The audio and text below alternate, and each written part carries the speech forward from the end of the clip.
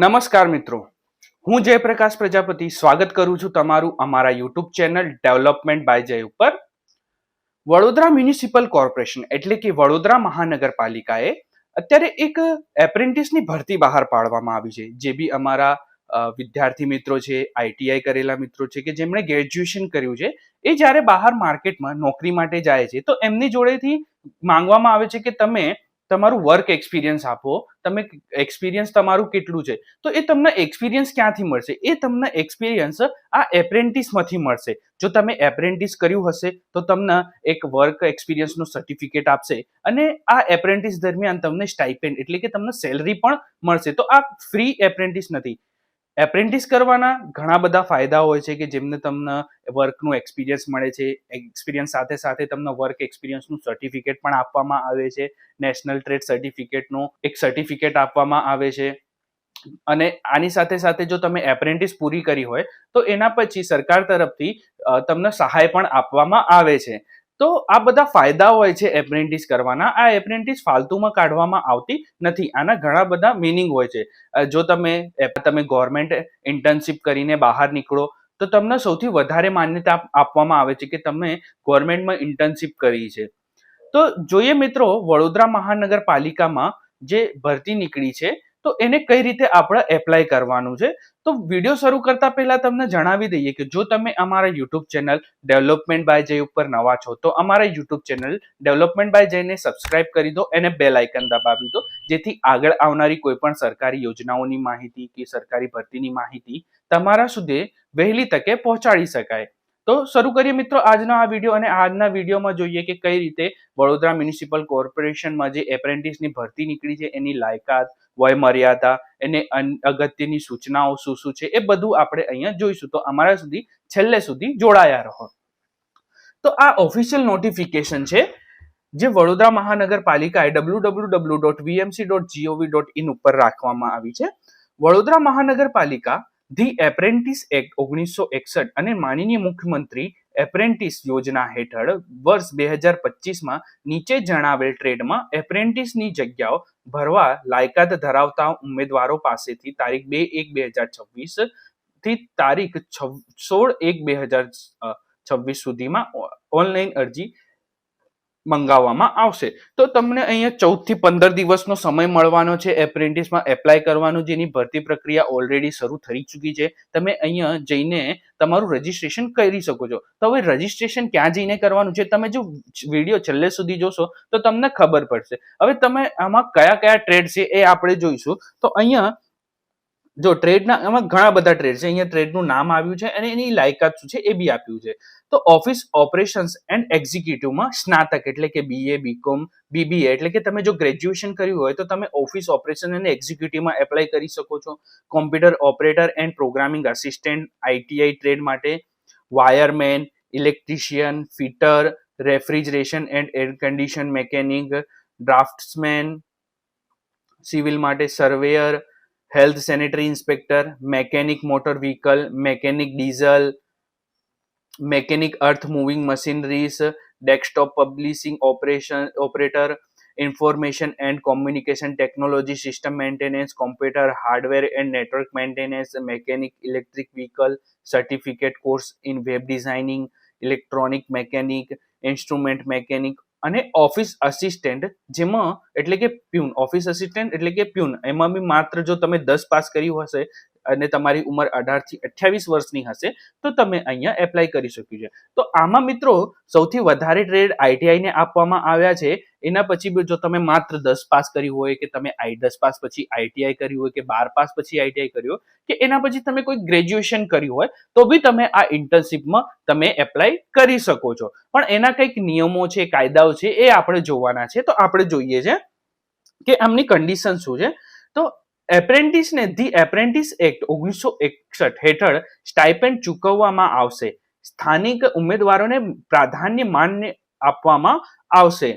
તો આમાં કહેવામાં આવ્યો છે કે જો તમે વડોદરામાં રહેતા હોય અને તમે ત્યાં એપ્લાય કર્યું હોય તો તમારી પ્રાથમિકતા વધારે હશે. જો તમે અમદાવાદમાં રહેતા હોય અને વડોદરામાં એપ્લાય કર્યું હશે તો તમારી પ્રાથમિકતા ઓછી હશે, કેમ કે એ લોકો સ્થાનિકને વધારે માન્યતા આપશે. વડોદરા મહાનગરપાલિકામાં એપ્રેન્ટિસ તરીકે અરજી કરતા પહેલા સૌપ્રથમ દરેક ઉમેદવારે https apprenticeship.india.gov.in પોર્ટલ ઉપર એપ્રેન્ટિસ તરીકે રજીસ્ટ્રેશન કરી એપ્રેન્ટિસ પ્રોફાઇલમાં ફરજિયાત કેવાયસી કરવાનું રહેશે. તો તમારે અહીંયા એપ્લાય કરતા પહેલા તમારે એપ્રેન્ટિસશિપ ઇન્ડિયામાં જઈને તમે તમારું રજીસ્ટ્રેશન કરવાનું રહેશે. તમારા આધાર કાર્ડ મારફતે તમારે કેવાયસી કરવાનું રહેશે. એ થઈ ગયા પછી અહીંયા તમારે રજીસ્ટ્રેશન કરવાનું રહેશે. ઉમેદવારે એપ્રેન્ટિસશિપ ઇન્ડિયા.gov.in પોર્ટલ ઉપર એપ્રેન્ટિસ તરીકે રજીસ્ટ્રેશન કરી કેવાયસી તથા એપ્રેન્ટિસની પ્રોફાઇલ વિગત અપડેટ કર્યા બાદ જ http://vmc.gov.in recruitment.sps પર જઈને ઓનલાઈન અરજી કરવાની રહેશે. જો તમે અહીંથી આ કોપી લિંક કરશો તો બી તમને એની વેબસાઇટ મળી જશે. અગાઉ જે તે ટ્રેડમાં એપ્રેન્ટિસશિપ કરેલ ઉમેદવારે અરજી કરવી નહીં. જો ઉમેદવાર એપ્રેન્ટિસશિપ માટે અન્ય કોઈ એકમ સંસ્થા સાથે કરાર નામથી જોડાયેલ હશે તો તે ઉમેદવારી રદ થવા પાત્ર રહેશે. આનું મતલબ શું છે કે જો તમે પહેલાથી જ ક્યાંક કોન્ટ્રાક્ટ સાઇન કરીને તમે ઇન્ટર્નશિપ કરી રહ્યા હોય અને એના પછી આ ગવર્મેન્ટમાં તમે ટ્રાય કરો તો એ તમારી ઇન્ટર્નશિપ માન્ય રહેશે નહીં. તમારે અહીંયા જો તમે માત્ર ફ્રેશર્સ છો, તમે ક્યાંય એપ્લાય કર્યું નથી તો જ તમે અહીંયા એપ્લાય કરી શકશો. આગળ જોઈએ. ડોક્યુમેન્ટ વેરિફિકેશન માટેની તારીખ તથા ખૂબ જરૂરી સૂચનાઓ ફોર્મમાં દર્શાવેલ મોબાઈલ નંબર ઈમેલ પર જાણ કરવામાં આવશે. જેથી ઓનલાઈન અરજી કરતા સમયે મોબાઈલ નંબર તથા ઈમેલ એડ્રેસ સાવચેતીપૂર્વક દર્શાવવાના રહેશે. ઈમેલ કે મોબાઈલ નંબર બદલાઈ જવાથી ભવિષ્યમાં ઉપસ્થિત થનાર પરિસ્થિતિ માટે વડોદરા મહાનગરપાલિકા જવાબદાર રહેશે નહીં. જો તમે અહીંયા એપ્લાય કર્યું હોય અને એમાં જે તમે મોબાઈલ નંબર અને મેલ આઈડી યુઝ કર્યો હોય એ તમારે છેલ્લે સુધી સાચવીને રાખવાની છે. જો તમે વચ્ચે એને બદલી નાખો કે એને ખોઈ નાખો તો એની જવાબદારી સરકાર લેશે નહીં, એટલે કે વડોદરા મ્યુનિસિપલ કોર્પોરેશન એની જવાબદારી નહીં લે. એના માત્ર તમે જ જવાબદાર રહેશો. લાયક ઉમેદવારના અરજી ફોર્મ તથા પ્રમાણપત્રોની ચકાસણી દરમિયાન કોઈ ઉમેદવાર એપ્રેન્ટિસ એક્ટ તથા જાહેરાત જોગવાઈઓ મુજબ લાયકાત ન ધરાવતા હોવાનું માલુમ પડશે અથવા જરૂરી પ્રમાણપત્રો વગર માલુમ પડશે અથવા અરજી અને અસલ પ્રમાણપત્રો સાથે વિસંગતતા જણાશે તો તેની જવાબદારી ઉમેદવારી કોઈ પણ તબક્કે રદ કરવામાં આવશે. તો આમાં શું કહેવામાં આવ્યું છે કે જે તમે એપ્લાય કર્યું હોય અને પાછળથી ખબર પડે કે તમે ખોટા સર્ટિફિકેટ્સ આપ્યા છે કે તમે જે ડિટેલ ફોર્મ ભરતી વખતે નાખી છે અને તમારી જોડે જે સર્ટિફિકેટ છે એમાં અલગ અલગ વિગત છે, તો એ બધી જ્યારે તમને એમને જાણ પડશે તો તમારી માન્યતા રદ કરવામાં આવશે, તમારી ઉમેદવારી રદ કરી દેવામાં આવશે. તો આ બધું તમારે ધ્યાનમાં રાખીને જ તમારે ફોર્મ ભરવાનું છે. હવે વાત એ આવે છે કે હવે ફોર્મ ભરીશું કઈ રીતે? તો અહીંયા તમારે ક્રોમ ઉપર આવી જવાનું છે. ક્રોમ ઉપર જઈને તમારે વીએમસી વડોદરા